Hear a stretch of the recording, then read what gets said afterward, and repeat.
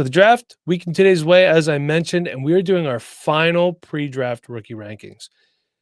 Look, we're not going to have take lock though, right, Nate? If some of these guys fall, we will move them around. And I have seen, and I'm sure you've seen this before. People are like, oh, it's a bad take to rank someone differently because of their draft capital or the team they got drafted to. I think that's actually the wrong way to look at it. Landing spot matters. Path to playing time really matters. Draft capital matters a lot. So we're not going to get take lock. We're going to rank these guys now. I'm sure we'll be doing this again after the draft. Start from the top and work our way down like we're filling out a lineup. Hit me with your top 5 pre-draft quarterback rankings. All right. At quarterback 1, I have the assumed first overall pick in Cam Ward, likely going to the Tennessee Titans, unless we see some incredible blockbuster deal, but I think they have their sights set on Cam Ward at this point. So Cam Ward at quarterback 1. I then have Colorado quarterback Shedeur Sanders at quarterback 2. Jackson Dart out of Ole Miss at quarterback 3. And then at 4, I have Jalen Milroe from Alabama, the athletic quarterback who has a lot of potential and is getting some first-round buzz. I believe he was invited to the first round, Mike. So that's going to make for some good TV as he sits in the green room, I think. Then Tyler Shuck out of Louisville is my quarterback 5, someone who's also been getting a lot of buzz, has snuck into some late first-round mocks, but seems more likely to be a second-round guy who, maybe the Giants or the Browns, maybe the Browns are starting Tyler Shuck this year. I'm interested to see what happens with him. I think he has a really good floor as a quarterback. Not sure what his ceiling and upside really is at this point. He's almost 26 years old. But Mike, that is my top 5. What about yours? My number 1 is Cam Ward. Then I have Shedeur Sanders, Jackson Dart. So our top 3 are the same. Yep. And here's where I differ a little bit. At number 4, I have Quinn Ewers. And then at number 5, I have Jalen Milroe. So Tyler Shuck did not make my top 5. And I liked what I saw from him at the Combine. I'm going to be looking into him a little bit more. If you'd like to hear our thoughts on Tyler Shuck, of course, I'm sure at some point we will be covering him on the Patreon, patreon.com/Dynasty Rewind. Head on over there. You do get a 1-week free trial. So go ahead, check that out. But Nate, you want to run through the who's, the what's, and the whys of your rankings? I want to know why you have Quinn Ewers at quarterback 4. I didn't even think about putting him in my top 5, to be quite honest. Well, and you know what, Nate, it's okay to be wrong. No, I'm just kidding. Look, there are some deficiencies in Quinn Ewers' game, and we could say the same thing about Jalen Milroe as well. I think the biggest concern for me about Quinn Ewers is his ability to stay healthy.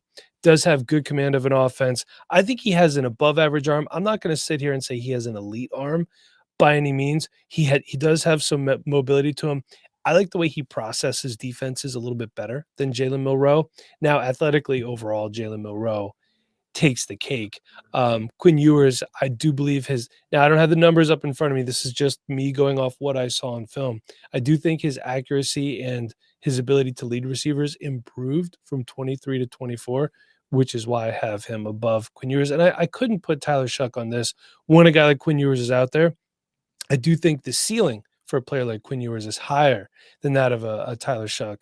And that's nothing against Tyler Shuck by any means. This is a guy who could come in, start some games, help you win some games. But I think Quinn Ewers will likely have a longer NFL career, likely have more potential to give you fantasy points overall than a guy like Shuck. All right. Betting on the upside there with the Texas guy. Yes. I get it. I think it's pretty obvious, both of us having Cam Ward at number 1. Mm-hmm. He offers the most upside, I think, of anyone in this draft outside of maybe Jalen Milroe if he hits like his 100th percentile outcome. But Cam Ward, cool and collected, great arm, great pocket presence, not really, going to give us many issues. He's going to start right away and make an impact, I think, pretty early on. One issue I have with him, I do think he needs to get the ball out of his hands faster at times. And while he is cool in the pocket, offensive lines are going to break down a lot faster in the NFL than they will at Miami playing in the ACC. Can say the same thing about our number 2 as well. Holds on to the ball a little bit too long at times. It's something I think we've seen from a lot of quarterbacks recently. Even going back to last year, Caleb Williams obviously held onto the ball a lot, and some other guys in the last couple of draft classes. A lot of college quarterbacks playing hero ball out there. So something to take a look at. But Shedeur Sanders, very accurate. I'm a little confused by how much he's been dropping in mock drafts as of late. I still think he's certainly worthy of a top 10 pick. I've seen him drop as far as like 21 to the Steelers, which I would personally hate because I think that'd be a great pickup for the Steelers that late in the first round. That's basically where they picked up Kenny Pickett, and I think Shedeur Sanders is a much, much better quarterback as a prospect than Kenny Pickett coming out of college. So I think it's very easy 1-2 here. Now, there are some people that like Dart more than Sanders. I have seen that. I think Dart is good, offers upside athletically. He's a good runner, good arm. You see him, read the field a little bit. But like I've said before, I didn't see any throws over the middle of the field while he was at Ole Miss. And, we've talked about this at length. Is it him? Is it the scheme? It's obviously a large part the scheme. And this kind of goes back to an interesting conversation we had with Justin Herbert and have had since he came out of college, where he was very limited within the Oregon scheme and wasn't able to show off some of the stuff that we then get to see in the NFL that has made him such a great quarterback. True. And with Jackson Dart, is that going to be the same conversation where a year or two from now, we're like, wow, how do we miss on Jackson Dart being, the best quarterback in this class? Well, maybe because we didn't get to see what he really could do in the Ole Miss scheme. Or maybe it's going to turn out, we should have known about Jackson Dart. He only, threw outside and on screens and things like that because that was the Ole Miss scheme. That's what he could do. So I think there's a large variance with outcomes for Jackson Dart, but I do feel really good about him. And I think he's going to, I don't know if he's going to be a long-term NFL starter. I think he's kind of in that middle ground, but I think he's going to start for at least a year or two and have a good opportunity. Nate, you have anything else you want to say about quarterbacks before we move on? Nope. I think, we've talked a good bit about this class. I think we have our pretty obvious tiers. Cam Ward at the top. I think Shedeur Sanders, closer, I think, in my opinion, to Cam Ward than I think a lot of people have him. But, we have 3 first-round quarterbacks here with Cam Ward, Shedeur Sanders, Jackson Dart. And then you have your second-round guys that have some upside with Jalen Milroe, Quinn Ewers. I don't know if he's going to go second round, Mike. Be ready for him to drop a little bit. And then you got a guy like Tyler Shuck, who I think has a really good floor as a quarterback. You watch his film, he's got a great arm, great deep ball, accurate, looks like a professional already, but he's going to be almost 26. He's going to be 26, I believe, by the end of the season. So they said if he's drafted in the first round, his rookie contract won't even be up before he turns 30. So, how much more development can we get out of Tyler Shuck? That's one question I do have about him. NFL mock draft database has Quinn Ewers as a 4th-round pick, which that seems a bit too low. I think it's going to be a day 3 pick, Mike. I think it's going to be a 4th or 5th rounder. Well, and hey, look, if that's the case, I'm more than happy to readjust my rankings, like I said before. Nate, why don't you lead us off with the most stacked position in this year's class?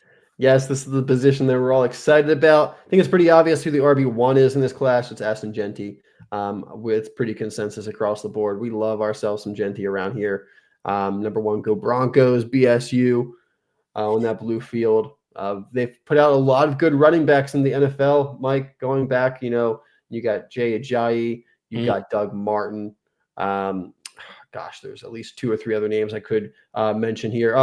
Alexander Madison, another one, real quick. Oh, yeah. But Ashton Jeanty, I think he's going to be the best of all of them. I'm very excited to watch what he does at the next level because it wouldn't surprise me if he got into the field and pretty quickly was a top 10 back in the NFL. And, a year or 2 from now was considered a top 5 back. That's kind of the expectations I think a lot of us have for him. He's been rated a top 5 player on most people's boards, regardless of position. So very, very exciting to get to watch him on Sundays. After Ashton Jeanty, I got Trey Henderson as my RB2. I think that's a bit more contrarian than consensus, but I really love the home run ability of Travion Henderson combined with his physicality and power, combined with his receiving ability and pass blocking ability. I really think he hits, all the boxes that I want out of a running back and does all of them really well, has a ton of explosiveness, a ton of athleticism. And, we go back and forth with a long speed in the NFL. How often doesn't really matter, but Travion Henderson is one of those guys that gets himself into opportunities pretty often to hit those home runs. And then he has the speed to finish them off as well. So I love what he brings to the table. I think he's got a ton of upside in this class. And I think there's a decent chance he's a 1st-round pick. But at RB3, I do have someone who is considered a pretty consensus 1st-round pick at this point, Omarion Hampton out of North Carolina. Love what he brings with a power, size, speed combo. He's someone that you can give 25, 30 touches to a game and you're going to be good. is going to give you the upside as well on the receiving game, and someone that can get in the end zone. So a lot of good things to say about those three. I think that's really, the three guys that can go in the first round. Those guys really give us the most upside. And then number 4, I got Travion Henderson's teammate, Quinshon Judkins, who I think is going to be a really good pro back with his – he does have some explosiveness. Maybe doesn't have the greatest long speed, but he's got a good explosiveness. Showed that off the combine with a good 40, good explosiveness in the broad jump and the vertical as well. Got good power. I love what he brings to the table as an NFL runner. He's what a lot of teams are going to be looking for.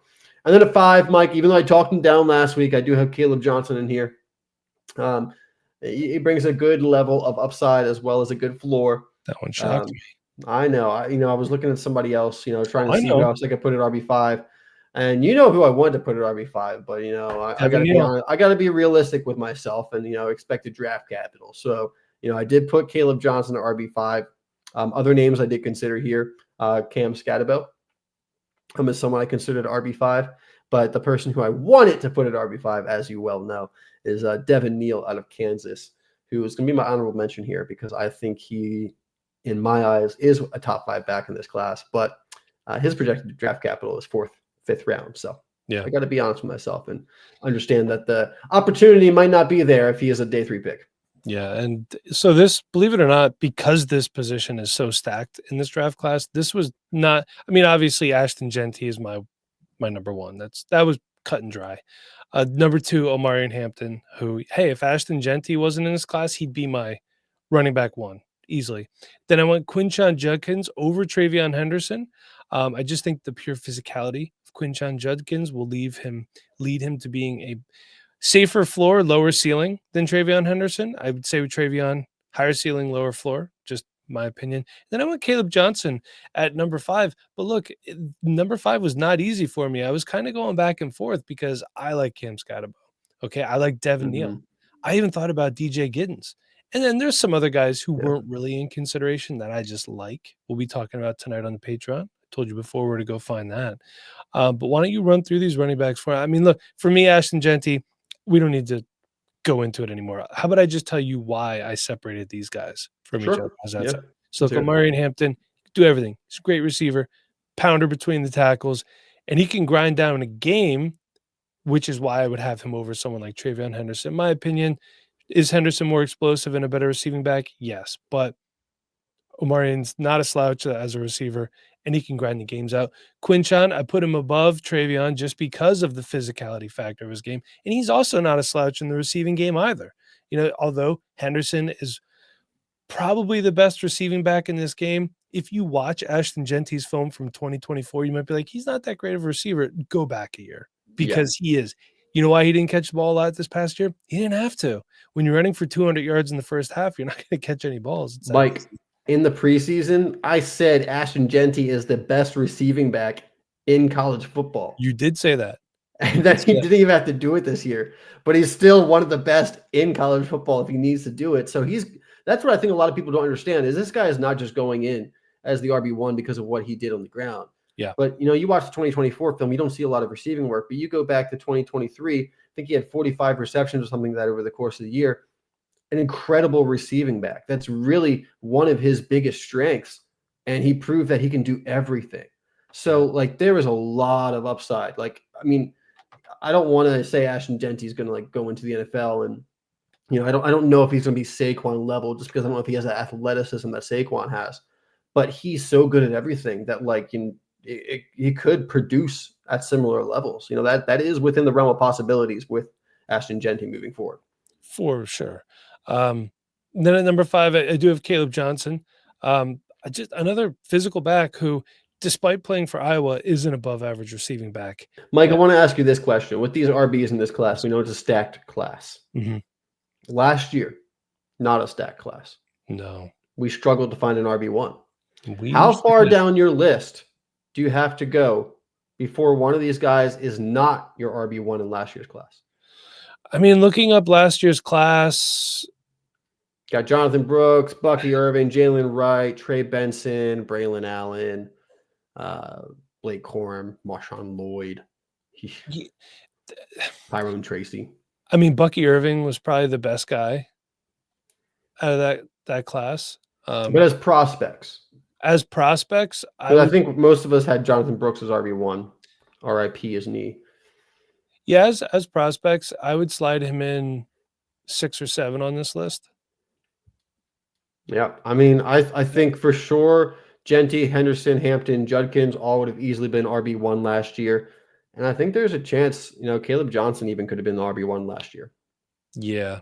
I Devin think it would Neal have been could have been the close. RB1 last year, honestly. I mean, honestly, maybe. Should have came out last year, man. Yeah, he really should have, for sure. Would So, have made some better money. yeah, Would have definitely been a day 2 pick last year.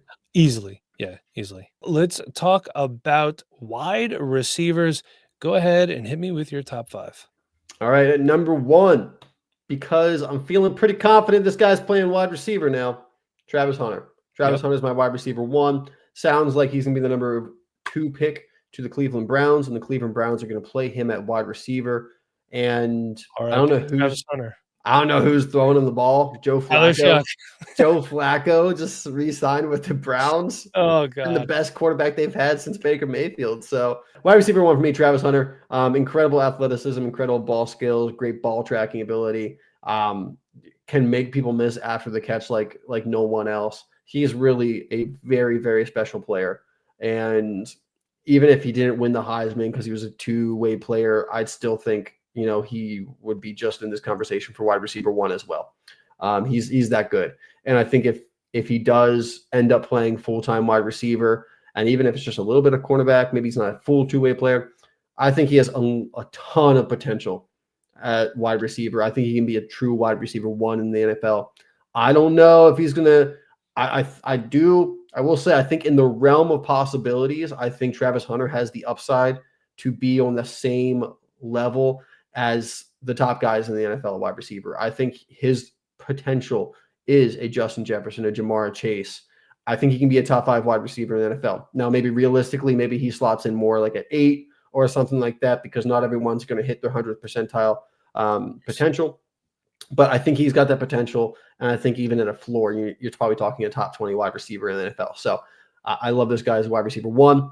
Ted McMillan is my wide receiver 2. I think he's a very high floor, low upside, not low upside, but a lower upside than Travis Hunter.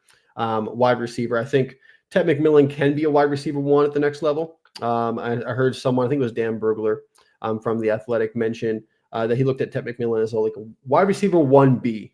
I think that's a good way to put it, where he's a little bit better than a wide receiver 2, but he's not on that same level as a Justin Jefferson, Jamar Chase. I think maybe for him, like his ceiling is more maybe that T. Higgins kind of upside, where I mean, that's still a really good wide receiver. I'll take that. I don't know if he has the athleticism to be a T. Higgins. So we'll see. I don't know. I don't think that T. Higgins tested super, super great, to be honest. But I think that McMillan offers so much with his contested catch ability, his ability to get down the field and win along the sideline and just make some incredible catches. And we saw him take over games in the college level, 300-plus receiving yards to start with the year. So Hunter, McMillan at 3, I got Luther Burden. He's my guy. Great yards after catch ability. I think he's a better receiver than a lot of people have given him credit for. Go back and look at the 2023 film. You see a more complete receiver, I think, than you see in 2024 because of how the offense used him. He played inside, he played outside, depending on the year.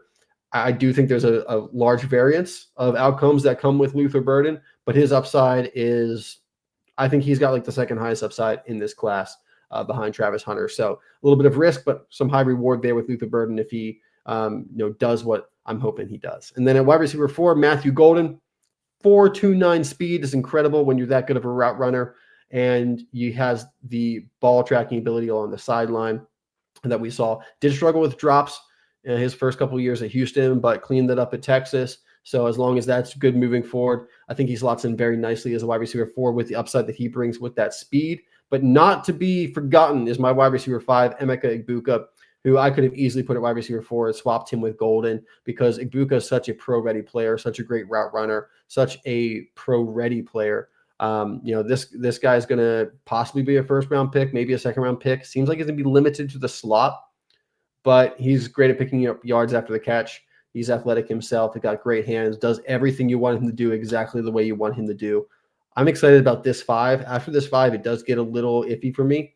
There's Yeah. some guys that, definitely offer upside, but when we really take a step back and look at it from an NFL level, a lot of question marks. But these 5 guys I'm really excited about. So Hunter, McMillan, Burden, Golden, Egbuka.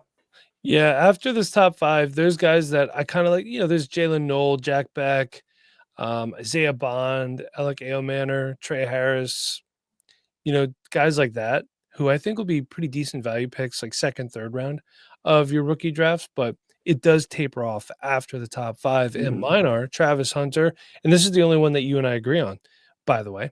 Then at number 2, I have Luther Burden. I just think he's a little bit more dynamic than my number 3, Tet McMillan. Tet McMillan is a pure wide receiver, and I do think Luther Burden can be used in a bigger variety of ways than Tet McMillan can. Use him as a runner. I think he's a much better screen receiver than Tet McMillan is. Mhm. Number 4, I have Egbuka there over Matthew Golden. I know I like Matthew Golden as a route runner, but Egbuka I do feel is just a pure route runner. I mean, this guy's routes are so crisp. I think he's fantastic. And like you said, Matthew Golden limited most likely to the slot in the NFL. That's not going to be the case with Egbuka, although he played predominantly in the slot at Ohio State.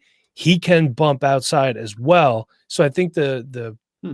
situational versatility there is just what bumps me up a little bit more. But Okay. I mean, look, my 4 and 5, they're close. Yeah. If you told me flip a coin and whoever it lands on, that's who you get, I'm gonna go, cool, I'll take him by all means. That one, it could have easily been 4A, 4B for Yeah, me. I think it's like Travis Hunter, and then it's Burden and McMillan, and then it's Egbuka and Golden in like some like mini tiers there. Yeah, I I'd be kind of agree with happy with either one of those guys. I don't think Matthew Golden's gonna be limited to the slot the next level. He did play outside a good bit at Texas. I think he's gonna be a flanker at the next level. you just said he was likely gonna be limited to I slot. said Egbuka is gonna be limited to the Oh, you slot. said Matthew Golden. Maybe I did. If I did, I'm sorry. I think Egbuka is more gonna be limited to the Tell slot. us below because that's what I heard. And Golden, I think, is going to be able to do a little bit more outside. I think he'll be a flanker at the next level. That's why a lot of people like him going to the Cowboys right now to kind of take something off on the outside. He can stretch the defense deep with a 4.29 speed, but he's also a good route runner. So, he can do a variety of things out there. So we'll see. We'll see. I hear people like, oh, well, Golden's not got good size. He's 5'11", 195. I'm like, when's that not good size for a wide receiver in the NFL? It was 20 years ago when we expected all the wide receivers to be 6'6", 240. That's literally 1 inch shorter and 30 pounds heavier than Devonta Smith. Yeah, I mean, come on. 5'11", 195 is totally fine. Yeah, We got guys out here who are 165 pounds soaking wet who are dominating the NFL. Like, I don't want to hear it. Whenever people say that, let me just bring it up real quick. But Odell Beckham is not much bigger than that. He's 5'11 as well. I don't have a weight for him here. He's 5'11, 200. So he's essentially the same size as Yeah. Odell Beckham Jr. And everyone was really excited about him for a while too. Now, unfortunately, his career took the injuries and stuff like that. It Injuries, wasn't man. the turn that we Took us away. expected. But still, just Yeah, I'm not everyone can't be Mike saying Evans. Come on, what are we doing here? If you're 5'9", 170 pounds, yeah, I think you might be a little small. But I think Yep. 5'11", that's the threshold. If you hit 5'11", you're good. You hit Yep. 180, 185, you're good.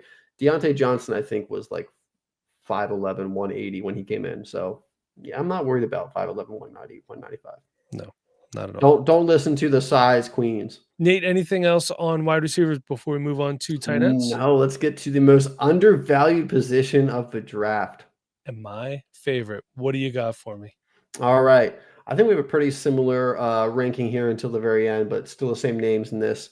I got Tyler Warren at number 1, but it's very close to my number 2, Colston Loveland. I would go either way depending on my scheme and what I want out of my tight end. I think both offer a ton of upside. I think Warren is a guy that you can really build your offense around, and there's no one in this class that can do anything like he does after the catch.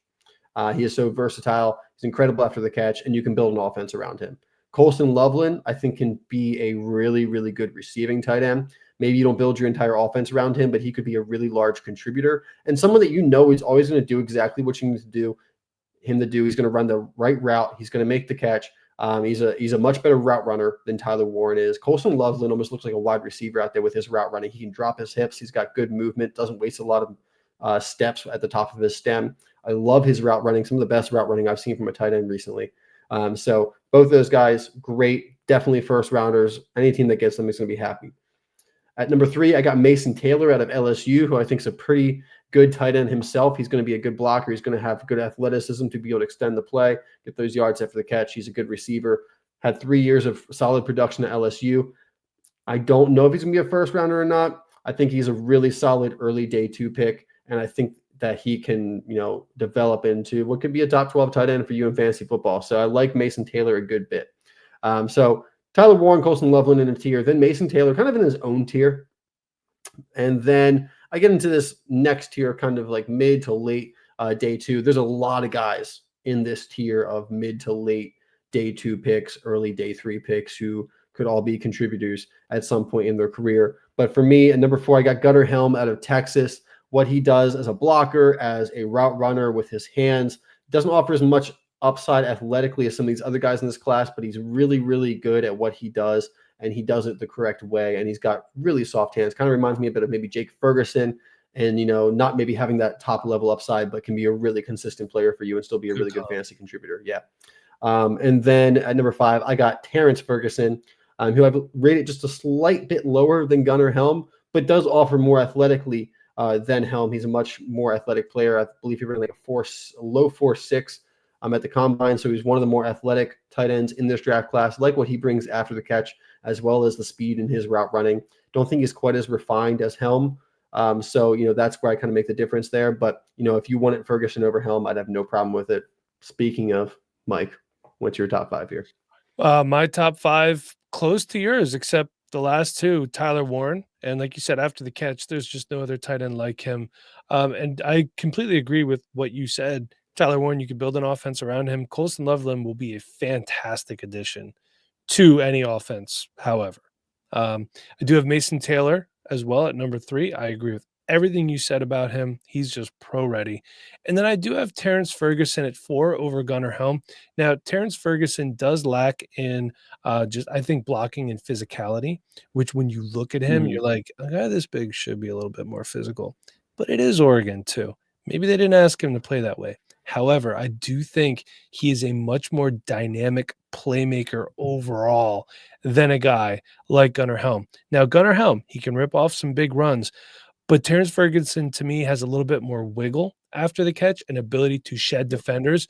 Gunnar Helm's like, you know what? I'm just going to run this dude over. Terrence Ferguson can do that to an extent, but as far as evading defenders and just overall long speed and breaking long plays, I feel he has the edge there, which is why I have him at 4 instead of 5. But again, like the wide receivers, this one is close for me. Flip a coin again. Hey, you got Gunnar Helm instead of Terrence Ferguson. Cool. I'm fine with that. I'm onto the taxi squad you go for this year. Yeah, Let me switch exactly. to the green, I need Let's you. be realistic.